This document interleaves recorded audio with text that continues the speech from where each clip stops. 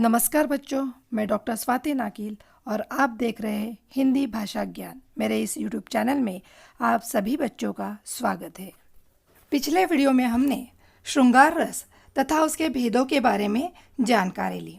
आज हम हास्य रस तथा करुण रस और उनके उदाहरण यहाँ पर देखने वाले हैं। हास्य रस। सबसे पहले हम यह जानते हैं कि हास्य रस क्या होता है। हास्य रस की परिभाषा क्या होती है।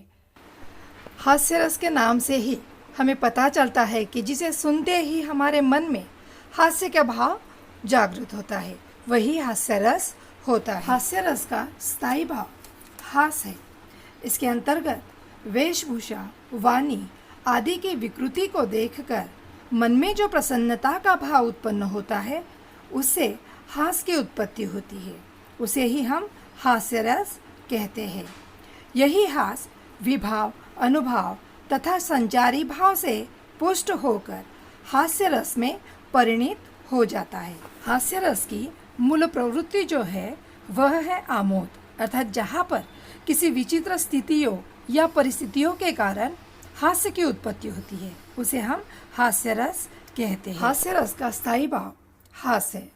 इसका आलंबन होगा विचित्र स्थिति, विकृत वेशभूषा, मूर्खतापूर्ण कार्य, आकृति, आकार या चेष्टाएं। ये विषय होगा और आश्रय इसमें होगा हंसने वाला पात्र, दर्शक, श्रोता, पाठक, कवि, ये सारे यहाँ पर आश्रय होंगे। उद्दीपन में आएगा आपका हास्यास्पद हाव भाव, उक्तियाँ, चेष्टाएं, बातचीत, स्थितियाँ, ये सारा आपका उद्दीपन में आएगा। अनुभव में आएगा नेत्रों का मिचमिचाना, ठहाका लगाना, दांत दिखाना, चेहरे का खिलना, ये सारी बातें आपकी अनुभव के अंतर्गत आती है। संचारी भाव में आएगा हर्ष, चपलता, उत्सुकता, कंपन, खुशी, उत्साह, आलस्य, निद्रा। अर्थात इन 4 तत्वों पर आधारित जो वर्णन आपको जिस काव्य रचना में दिखाई देता है, वह हास्य रस का उदाहरण हो सकता है। अर्थात जब किसी कविता के माध्यम से या नाटक के माध्यम से पाठक, श्रोता के मन में हास्य का भाव उत्पन्न होता है, वहाँ पर हास्य रस होता है। और हमने देखा कि इसके अंतर्गत आता है वाणी, विचित्र स्थिति, वेशभूषा या मूर्खतापूर्ण कार्य, जिसके कारण मन में हास्य का भाव उत्पन्न होता है, उसे हम हास्य रस कहते हैं। चलो इस बात को हम उदाहरण के माध्यम से समझ लेते हैं। उदाहरण ऐसा है, बुरे समय को देखकर गंजे तू क्यों रोए, किसी भी हालत में तेरा बाल न बाका होए। ये जो उदाहरण है, इस उदाहरण को देखकर ही आपको समझ आएगा कि ये हास्य रस का उदाहरण है। इस बात को हम और एक उदाहरण के माध्यम से समझने का प्रयास करते हैं। उदाहरण या काव्य पंक्ति कुछ इस प्रकार की है। हाथी जैसा देह, गेंडे जैसी चाल, हाथी जैसा देह, गेंडे जैसी चाल, तरबूज जैसी खोपड़ी, खरबूज जैसे गाल। अर्थात यह जो काव्य पंक्ति है, यह काव्य पंक्ति सुनकर आपके मन में हंसी आ ही जाती है, क्योंकि यहाँ पर किसी व्यक्ति का वर्णन किया गया है जो विचित्र स्थिति का वर्णन है। अर्थात उसकी वेशभूषा जो है वह यहाँ पर कुछ अजीब सी वेशभूषा है। जैसे देह कैसी है उसकी, हाथी जैसी है। चमड़ी अर्थात जिसे हम त्वचा कहते हैं, वह किसके समान है, गेंडे की जैसी है। तरबूजे जैसी उसकी खोपड़ी है और खरबूजे जैसे उसके गाल है। अर्थात यह जो उदाहरण है, यह जो काव्य पंक्ति है, यहाँ पर किसी मूर्खतापूर्वक किसी कार्य का वर्णन नहीं किया है, पर यहाँ पर जो स्थिति है वह विचित्र स्थिति है। विचित्र आकृति का वर्णन यहाँ पर हमें देखने को मिल रहा है। अर्थात इस उदाहरण को सुनकर हमारे मन में हास्य भाव की, हास्य रस की उत्पत्ति होती है। अर्थात यहाँ पर हर्ष का भाव है, इसलिए यह उदाहरण किसका है, हास्य रस का उदाहरण। हास्य रस का और एक उदाहरण हम यहाँ पर देखते हैं। उदाहरण इस प्रकार का है, यह काव्य पंक्ति इस प्रकार की है। मैं ऐसा महावीर हूँ, पापड़ तोड़ सकता हूँ। मैं ऐसा महावीर हूँ, पापड़ तोड़ सकता हूँ, अगर गुस्सा आ जाए तो कागज को मरोड़ सकता हूँ। अगर गुस्सा आ जाए तो कागज को मरोड़ सकता हूँ। प्रताप नारायण मिश्र ने कली कौतुक रूपक नामक एक सुंदर प्रहसन लिखा है, जिसमें उनकी बुढ़ापा नामक एक कविता है जो हास्य रस की उत्तम कृति है। आप उसे अवश्य पढ़ें, जिसमें आपको अनेक हास्य रस के उदाहरण पढ़ने को मिल सकते हैं। हास्य रस का उदाहरण पहचानने का आसान तरीका इस प्रकार है कि यदि उस काव्य पंक्ति को पढ़कर आपके मन में हंसी का भाव और चेहरे पर खिलखिलाहट का भाव आ जाए तो समझ लेना वह हास्य रस का उदाहरण है। ठीक है, ये अब हम जान लेते हैं करुण रस क्या होता है, करुण रस की परिभाषा क्या है और उसके उदाहरण। करुण यह जो शब्द है, इस शब्द से ही हमें मालूम होगा कि करुण का मतलब होता है करुणा। जिस काव्य पंक्ति में या पद को पढ़कर हमारे मन में करुणा का भाव उत्पन्न होता है, इसका स्थायी भाव है शोक। जब कोई प्रिय वस्तु या व्यक्ति की हमेशा के लिए छीन जाने से उत्पन्न जो शोक का भाव है, वह भाव विभाव, अनुभव और संचारी भाव से मिलता है तो करुण रस की उत्पत्ति होती है। अर्थात जहाँ पर किसी प्रियजन के कष्ट, शोक या दुख के प्रसंग के कारण या किसी प्रकार के अनिष्ट की आशंका के फलस्वरूप मन में पीड़ा या क्षोभ का भाव उत्पन्न हो, वहाँ पर करुण रस होता है। अर्थात इसे हम इस प्रकार भी कह सकते हैं कि जहाँ किसी घटना को देखकर हमारे मन में शोक का भाव उत्पन्न होता है, वहाँ कौन सा रस होता है? करुण रस होता है। अर्थात करुण रस में आपको इस बात को ध्यान में रखना है कि वह वस्तु जो आपकी हो और वह आपसे छीनी जाए, और वह भी हमेशा के लिए, अर्थात आपका अपना प्रिय व्यक्ति यदि हमेशा के लिए आपसे दूर चला जाए, मिलने की कोई उम्मीद न हो, तो वहाँ पर करुण रस होता है। अर्थात करुण रस में किसी अपने व्यक्ति का वियोग, अपनों का विनाश, द्रव्य नाश या प्रेमी से सदैव बिछुड़ जाने या दूर चले जाने से जो दुख या वेदना उत्पन्न होती है, उसे ही हम कह सकते हैं कि वह कौन सा रस है? करुण रस है। यद्यपि वियोग श्रृंगार रस में भी हमने देखा कि उस रस में भी दुख का अनुभव होता है, लेकिन वियोग श्रृंगार में दूर जाने वाले से पुनः मिलन की आशा बंधी रहती है। वियोग श्रृंगार में एक आस होती है, एक उम्मीद होती है वापस आने की। जब वह वापस आता है तो यही वियोग श्रृंगार संयोग रस में परिवर्तित हो जाएगा। लेकिन करुण रस में जो हानि हुई है या क्षति हुई है, उसकी पूर्ति कभी नहीं होती है।